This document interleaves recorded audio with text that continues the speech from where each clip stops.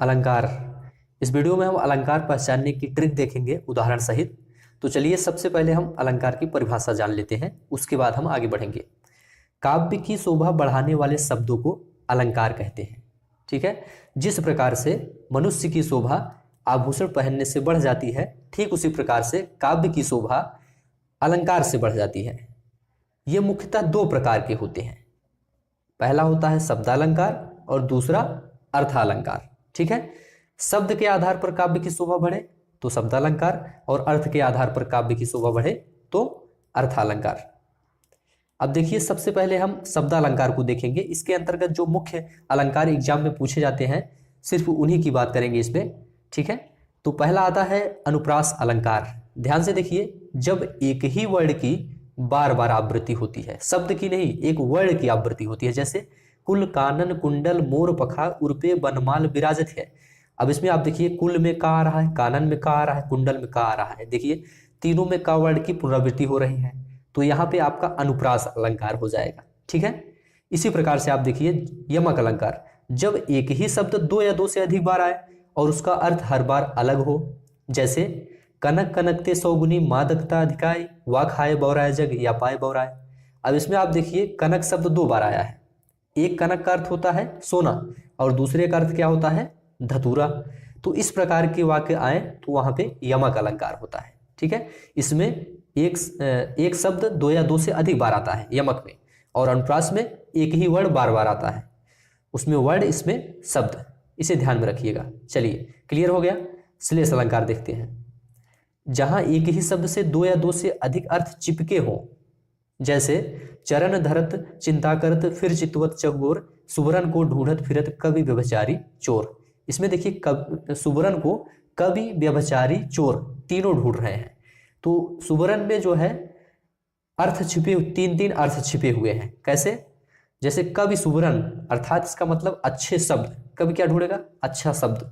व्यभिचारी सुवरन इसका मतलब होता है अच्छा रूप रंग। चोर भी सुवरन अर्थात स्वर्ण ढूंढ रहा है। इस प्रकार से सुवरन के यहाँ तीन तीन अर्थ निकल के आ रहे हैं। ठीक है, कवि व्यभिचारी चोर अपने अपने तरीके से सुवरन का अर्थ निकाल रहे हैं। तो इस प्रकार के जब वाक्य मिलेंगे जहां पे एक ही शब्द में कई अर्थ छिपे रहते हैं, तो वहां श्लेष अलंकार होता है। ठीक है, क्लियर हो गया। चलिए अगला अब हम देख लेते हैं अर्थालंकार। देखिए शब्दालंकार में मुख्य मुख्य अलंकार हमने देख लिया।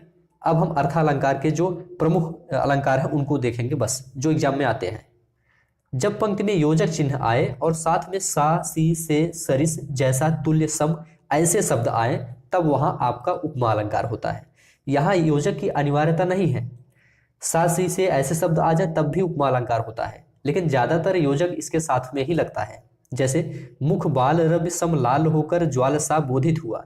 इसमें देखिए सा आ गया और सम आ गया, इसका मतलब ये क्या है, उपमा अलंकार हो गया।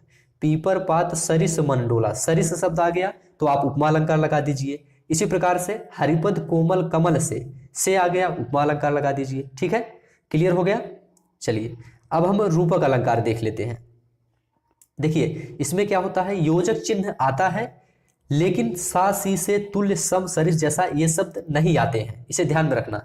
रूपक अलंकार आप तभी पहचान पाएंगे जिसमें सिर्फ केवल योजक चिन्ह आए, उसमें सा सी से तुल्य ऐसे शब्द ना आए। जैसे सिर झुका तूने नियत की मान ली यह बात स्वयं ही मुरझा गया तेरा हृदय जलजात, योजक चिन्ह आ गया, आप रूपक अलंकार लगा दीजिए। चरण कमल बंदो हरे, योजक चिन्ह आ गया, रूपक अलंकार लगा दीजिए।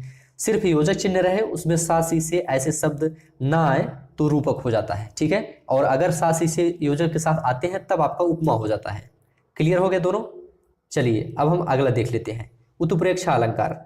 जब किसी भी वाक्य रचना में मानो आ जाए, मनु आ जाए, मनो आ जाए, मनहु आ जाए, जानो जनु जनम ज्यों ऐसे शब्द आए, तब आपका वहां पे उत्प्रेक्षा अलंकार होता है। जैसे उस काल मारे क्रोध के तनुकाप ने उसका लगा मानो हवा के जोर से सोता हुआ सागर जगा। देखिए मानो आ गया तब आप उत्प्रेक्षा लगा दीजिए। अगला देखिए सोहत ओढ़े पीतपट श्याम सलोने गात मनहु नील मणिशैल पर आतप परयो प्रभात।